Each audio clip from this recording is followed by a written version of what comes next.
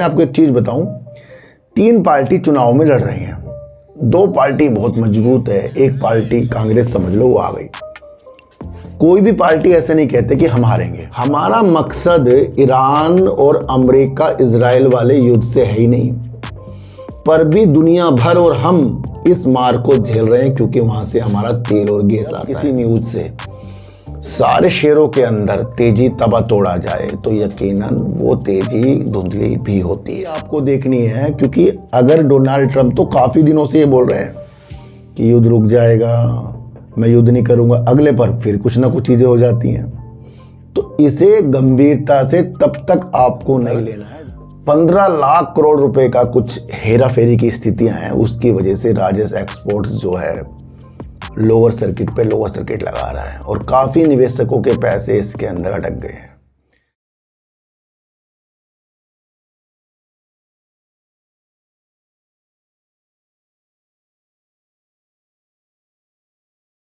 नमस्कार, मैं स्वागत करता हूं आपका अपने ही चैनल पर जिसका नाम है सार्थक बाजार से।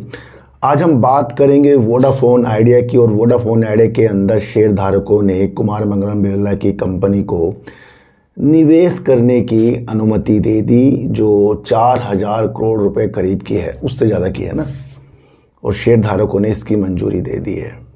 कुमार मंगलम बिरला का दोबारे आना और उस विश्वास से आना कि इस कंपनी को वो बहुत आगे तक की नीतियों के साथ लेकर जाएंगे।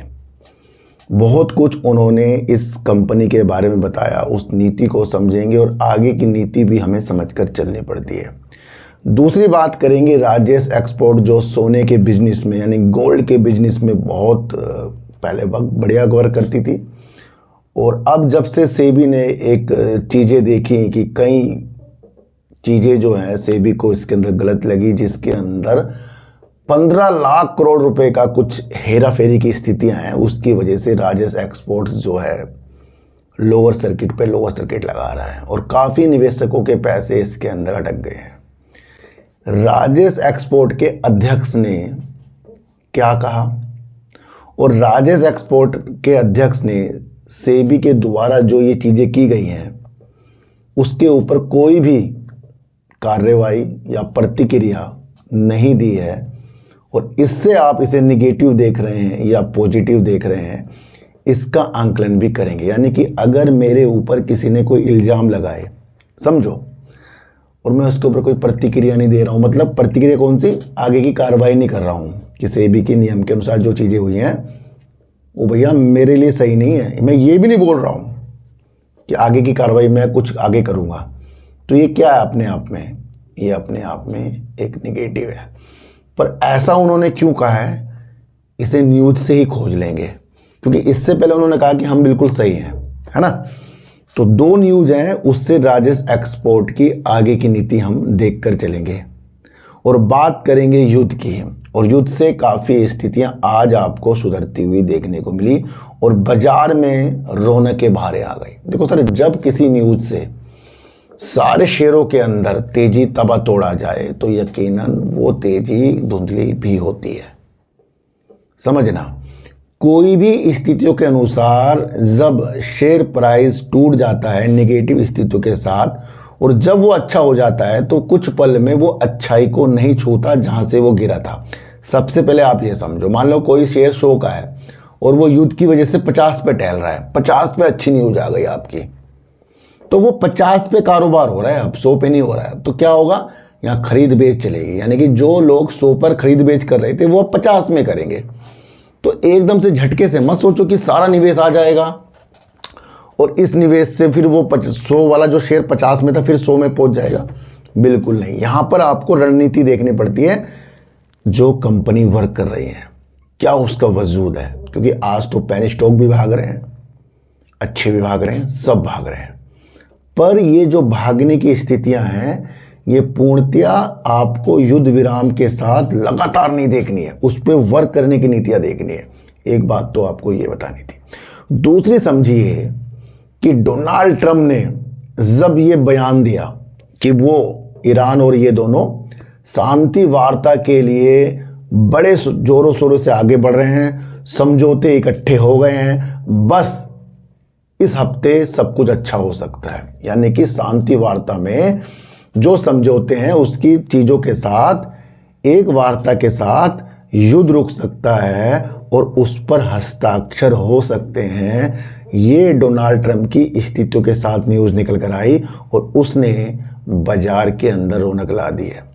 पर इसकी आधिकारिक पुष्टि भी आपको देखनी है, क्योंकि अगर डोनाल्ड ट्रंप तो काफ़ी दिनों से ये बोल रहे हैं कि युद्ध रुक जाएगा, मैं युद्ध नहीं करूँगा, अगले पर फिर कुछ ना कुछ चीज़ें हो जाती हैं।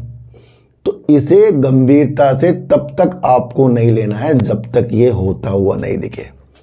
और कल आपका क्या है, सैटरडे और संडे, इन 2 दिनों के अंदर शांति होनी चाहिए। अगर शांति नहीं हुई तो फिर आपको ये जो तेज़ी है बिगड़ती हुई देखने को मिल सकती है। तो इस हफ्ते जब कोई चीज़ होती है ना, 1 हफ्ते के लिए टाइम दे दिया तो भैया वहाँ कुछ भी हो सकता है, हो भी सकता है, नहीं भी हो सकता है।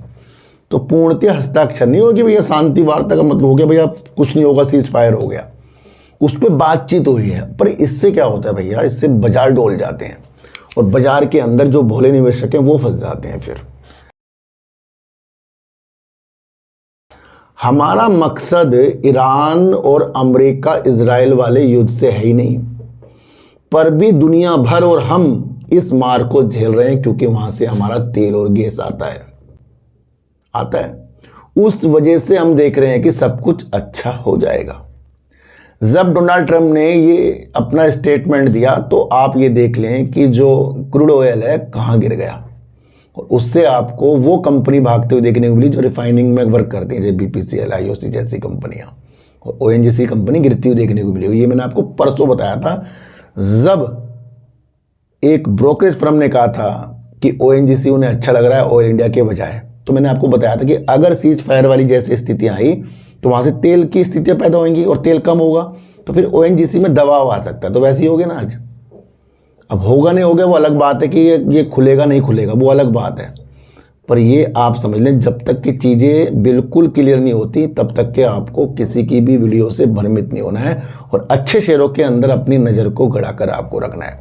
दूसरा, मैं आपको एक न्यूज़ समझा दूं पहले कि ये क्यों युद्ध विराम जो है थोड़ा सा भारत के कड़े होने की वजह से और टेंशन में आ सकता है। देखो सर, मैं आपको क्या कह रहा हूं, हमारा कोई भी युद्ध से मतलब नहीं है, पर फिर भी हमारे भारतीय नाविक जो हैं 3 इस युद्ध के अंदर मारे गए हैं, और वो तब जब अमेरिका ने इसके अंदर कार्रवाई की। आपको पता है ना, जल मार्ग जो होम स्टेट है वहां पर अमेरिका क्या कर रहा है, नाकेबंदी कर रहा है। वो नाकेबंदी कर ना, तो एक भी तेल नहीं जाऊंगा एक दिन, ये बताया था उसने। इस दौरान जब उसने भारतीय वाणिज्यिक जो जहाज है 3 उसके ऊपर हमले किए तो उसमें हमारे 3 भारतीय मारे गए हैं। अब इसको क्या आप बहुत हल्के में समझ रहे हो? नहीं, ये बड़ी चीज है, क्योंकि भारत अब अमेरिका अधिकारियों से इसके ऊपर स्पष्टीकरण मांग रहा है कड़े शब्दों में। और न्यूज़ देखिए, अमेरिका ईरान युद्ध विराम, ये तो आपको पता हो रहा है। होर्मुज में भारतीय नौसैनिक की हत्या के बाद नहीं, ये एक न्यूज आई है बड़े चैनल पर, तो ये समझना आपको। और इस हफ्ते 3 जहाज़ों के अंदर हमले जो हुए थे वहाँ पर ये चीज़ें हो गई थी। इस सप्ताह होर्मुज स्ट्रेट में कम से कम 3 वाणिज्यिक जहाज़ों पर हमले हुए होने पर 3 भारतीय नाविक मारे गए, क्योंकि संयुक्त राज्य अमेरिका ईरानी बंदरगाह की अपनी नौसैनिक नाकाबंदी को और कड़ा कर रहा है। तो ये एक स्थितियां हैं जहां पर ये युद्ध जो है एक अगले मोड़ पर पहुंच सकता है, क्योंकि भारत स्पष्टीकरण मांग रहा है हमारे 3 सैनिक मारे क्यों गए हैं। तो ये जो बाजार है ना भैया, कहीं ना कहीं से किसी ना किसी दिशा से पकड़ सकता है। आपको सोच के चलना कि ये चीज़ें, भारत जब स्पष्टीकरण मांग रहा है तो कुछ स्टेटमेंट इसमें निकलेंगे, चाहे वो अमेरिका की तरफ से हो, ईरान की तरफ से हो। भारत क्यों टेंशन ले इसमें, क्योंकि उसके 3 हमारे जो 3 नाविक मार चुके हैं, छोटी बात नहीं है ये। तो ये एक बड़ी नीति है, इसे आपको समझना। फिर भी हम तो चाहते हैं जल्दी से जल्दी ये युद्ध रुके और सामान्य तौर पर जो व्यापार है वो हो जाए। वोडाफोन आइडिया के शेयरों में आज आपको 4% तक की तेजी देखने को मिली। वो आपको पता ही है, कुमार मंगलम बिरला यहाँ पर कुछ निवेश करना चाह रहे थे, उसकी शेयरधारकों की मंजूरी लेनी थी, इस वजह से वो मंजूरी जो है शेयरधारकों ने दे दी। तो यहाँ से क्या हुआ, यहाँ से जो बहुत कठिन चुनौतीपूर्ण चीज़ों का सामना कर रहा है उसे सफलतापूर्वक प्राप्त करने के लिए ये कदम उठाया जा रहा है। तो कहीं ना कहीं आप समझें कि वोडाफोन आइडिया के अंदर जो उछाल है, आदित्य बिरला ग्रुप से 4,730 करोड़ रुपए के निवेश को मंजूरी दे दी गई है। ये जो इनकी एक अलग कंपनी है उसके द्वारा ये चीज़ें हो रही हैं। चेयरमैन कुमार मंगलम बिरला ने इस बात पर जोर दिया कि कंपनी अपने इतिहास के सबसे चुनौतीपूर्ण दौर में से एक में से गुजर रही है। देखो सर, इस स्थिति को आप समझे, इससे तेजी आ गई है। कुमार मंगलम बिरला ने कंपनी के प्रति कहा कि अब उसका ध्यान कंपनी को आगे बढ़ाने की चीज़ों में लगेगा, कंपनी के कस्टमर का विश्वास जगाएंगे और जो ये पैसा है, एक तो भैया पूंजीगत व्यय कैपेक्स आगे की विस्तार की योजना के लिए लगाएंगे, दूसरा पुनर्भुगतान जो इनकी देनदारी है उसको निपटाने के लिए करेंगे। तो इनको पैसा भी देना है ना, तो आधा पैसा तो इसका इस तरह से निकल जाएगा, आधा ये आगे के लिए देखेंगे। पर इतने पैसों में कंपनी के अंदर जो इतना कर्जा है वो तो उतरने से रहा, पर काम की विस्तार करके ये तभी आगे बढ़ सकते हैं। देखो सर, मैं आपको एक चीज़ बताऊं, 3 पार्टी चुनाव में लड़ रही हैं, 2 पार्टी बहुत मजबूत है, एक पार्टी कांग्रेस समझ लो वो आ गई। कोई भी पार्टी ऐसे नहीं कहते कि हम हारेंगे। आप जब चुनाव होते हैं कोई भी पार्टी ऐसे नहीं कहती कि हम हार जाएंगे, चाहे वो कितनी कमजोर हो। क्या होता है, वो संघर्ष करती है। जब वो सारी चीजें होती, क्या होता है, जब रिजल्ट आता है पता लगता है कौन जीत गया। तो तब तक के लिए आपके लिए ये पॉजिटिव न्यूज है जब तक कि ये आगे उस कार्य को हासिल नहीं करती, क्योंकि करीब करीब 2 लाख करोड़ तक का कर्जा और इतनी चुनौतियां, उस नीति को बिल्कुल मत भूलना। क्योंकि हर एक तो क्या है कि इससे पहले जो कुमार मंगलम बिरला इससे पहले अपना पद छोड़कर गए थे, वो क्यों गए थे, वो वित्तीय संकट से जूझ रही थी कंपनी, पैसों की किल्लत की वजह से छोड़कर चले गए थे। अब दोबारा आए हैं, मई में दोबारा आए हैं, तो एक अपनी हिस्सेदारी को और बढ़ाकर आए हैं। तो वो तो बहुत अच्छा इस कंपनी को बताएंगे और संघर्ष के लिए वर्क करेंगे। पर जब तक कि वो सफलतापूर्वक नहीं होता उस चीज़ को, तब तक कि आपको बहुत आगे के सपने इसमें नहीं देखने हैं। मैं आपको फिर कह रहा हूँ, 3 चुनाव लड़ रहे हैं, तीनों कहेंगे हम अच्छे हैं। न्यूज़ बहुत अच्छी है, कोई गलत न्यूज़ नहीं है, पर हमें उसका कार्य भी देखकर चलना पड़ता है। दूसरा, अगर मैं आपको बताऊं तो 9.6% की हिस्सेदारी थी, अब बढ़कर कितनी हो जाएगी, 13% तक की हो जाएगी। ये भी आप समझ कर चल सकते हैं। उन्होंने संबोधित किया, IGM मीटिंग में संबोधित किया, बहुत अच्छे पॉजिटिव चीज़ बताई है, इसमें कोई दो राय नहीं है। अब हमारा पूरा ध्यान करने पर केंद्रित है, बिरला ने कहा। तो बहुत कुछ अच्छा बता दिया, पर आपको समझना है कि इतना पैसे से कंपनी का भला नहीं होगा, पर एक विश्वास है कि प्रमोटर ने अपनी हिस्सेदारी को बढ़ाया। अब ये कंपनी बहुत संघर्ष करेगी, ये खुद ही कह रहे हैं, चुनौती है इनके लिए। तो वो किस तरीके से इसे पार कर सकते हैं, उस पर ध्यान। और वैसे भी आपका जो माइंड होना चाहिए अच्छी कंपनियों के अंदर भी होना चाहिए। ये कंपनी सिर्फ स्टेटमेंट से और पैसे आने से और न्यूज आने से प्राइस उछल रहा है। वर्क जो है उसमें काफ़ी सुधार होंगे और कंपनी के मालिक खुद ही बोल रहे हैं कि हम काफ़ी अच्छा करेंगे। तो सब कुछ इसके अंदर अच्छा पॉजिटिव हो रहा है। राजेश एक्सपोर्ट सेबी के आदेश को चुनौती नहीं देगा, ये अपने आप में बहुत नेगेटिव हो गया कि जिस कंपनी के ऊपर सेबी ने इल्ज़ाम लगाया आपने ये किया वो किया, वही कह रहा है कि भैया हम आगे चुनौती नहीं देंगे। 2 कारण हैं, 2 कारण होते हैं इसके। ये न्यूज़ आपको लग रही है निगेटिव, भाई मैं ये चुनौती नहीं देंगे तो निगेटिव है, सेबी ने जो इल्ज़ाम लगाया। पर सेबी क्या कर रही है, अभी जांच कर रही है, इल्ज़ाम की पुष्टि नहीं हुई है। समझो, अगर ये चुनौती देता तो ये मामला और खींचता कोर्ट में या सेट में, कहीं भी सेट ही जाता है। तो अब इसके अंदर एक चीज़ समझो, बहुत कुछ छुपा है इसके अंदर। राजेश एक्सपोर्ट सेबी के आदेश को चुनौती नहीं देगा, तो ये और मेरे लिए हम समझे तो निगेटिव। पर एक चीज़ आप समझना, देखो सर मैं आपको एक चीज़ और बता दूं, राजेश एक्सपोर्ट के चेयरमैन राजेश मेहता जो वित्त वर्ष 2021 और वित्त वर्ष 2025 के बीच कंपनी के राजस्व को 15.2 लाख करोड़ रुपए तक के बढ़ाने के आरोपों को लेकर सेबी की जांच के दायरे में है, ने कहा कि उनका नियामक यानी कि सेबी के अंतरिम आदेश को चुनौती देने का कोई इरादा नहीं है। आप समझो, ये छोटी सी लाइन है, बहुत तगड़ी लाइन है ये, पर वे जांच में पूरा सहयोग कर रहे हैं। वो ये कह रहे हैं कि सेबी पूरी जांच कर ले। इसका मतलब ये होता है, एक तो होता है चुनौती देना, भैया हम सही हैं फिर भी चुनौती दे रहे हैं। वो कह रहे हैं पहले सेबी जांच कर ले, वो सहयोग कर रहे हैं पूरा। अब बताओ कोई कंपनी फ्रॉड करेगी वो सेबी के साथ सहयोग करेगी? सोचो, दो मतलब निकलते हैं इसके। एक तो चुनौती देना यानी कि उनको हार स्वीकार है, दूसरा अगर वो हर पहलू में सेबी का साथ दे रहे हैं तो यानी कि उन्हें पूरा विश्वास है। तो कुछ भी इस चीज़ के अंदर हो सकता है। तो सर दूसरी चीज़ अगर मैं बताऊं तो वेलकैम्बी के EBITDA को स्टैंड लोन राजस्व समझ लिया। ये बहुत बड़ी चीज़ है कि राजेश एक्सपोर्ट कह रहा है कि जो उसकी कंपनी है वेलकैम्बी, जो स्विट्जरलैंड की सोने की गोल्ड की सबसे बड़ी रिफाइनिंग की कंपनी है, जिसे 2015 में राजेश एक्सपोर्ट ने 100% अधिग्रहण कर लिया था। वेलकैम्बी का अंदर बहुत ज़बरदस्त काम होता है, राजेश एक्सपोर्ट का तो बहुत कम है, नाम इसके अंदर ही आता है। तो वो कह रहा है कि EBITDA यानी ये क्या होता है, जैसे कि हमने राजस्व कुछ इकट्ठा किया, हमने इतनी सेल की और उसके अंदर जो एक्सपेंस आया हमारा, उसे घटाकर जो ऑपरेटिंग प्रॉफिट आता है उसको सेबी ने राजस्व समझ लिया। तो वो ये कह रहे हैं कि भैया वो तो वेलकैम्बी जो हमारी स्विट्जरलैंड की कंपनी है उसका ऑपरेटिंग प्रॉफिट है। अब ऑपरेटिंग प्रॉफिट वो होता है, EBITDA वो होता है कि एक्सपेंस घट रहा है, बाकी जो होते हैं टैक्स, छोटे मोटे एक्सपेंस, डेप्रिसिएशन होती हैं, कुछ छोटे मोटे टूट फूट होती है वो होती है, उसको घटाए बिना ये वो चीज़ें होती है ऑपरेटिंग प्रॉफिट। तो उसको सेबी ने समझ लिया। तो ये वो बोल रहे हैं इसके अध्यक्ष। देखा जाए इसमें एक दम है अगर आप इस चीज़ को समझ कर चल सकते हैं, है ना।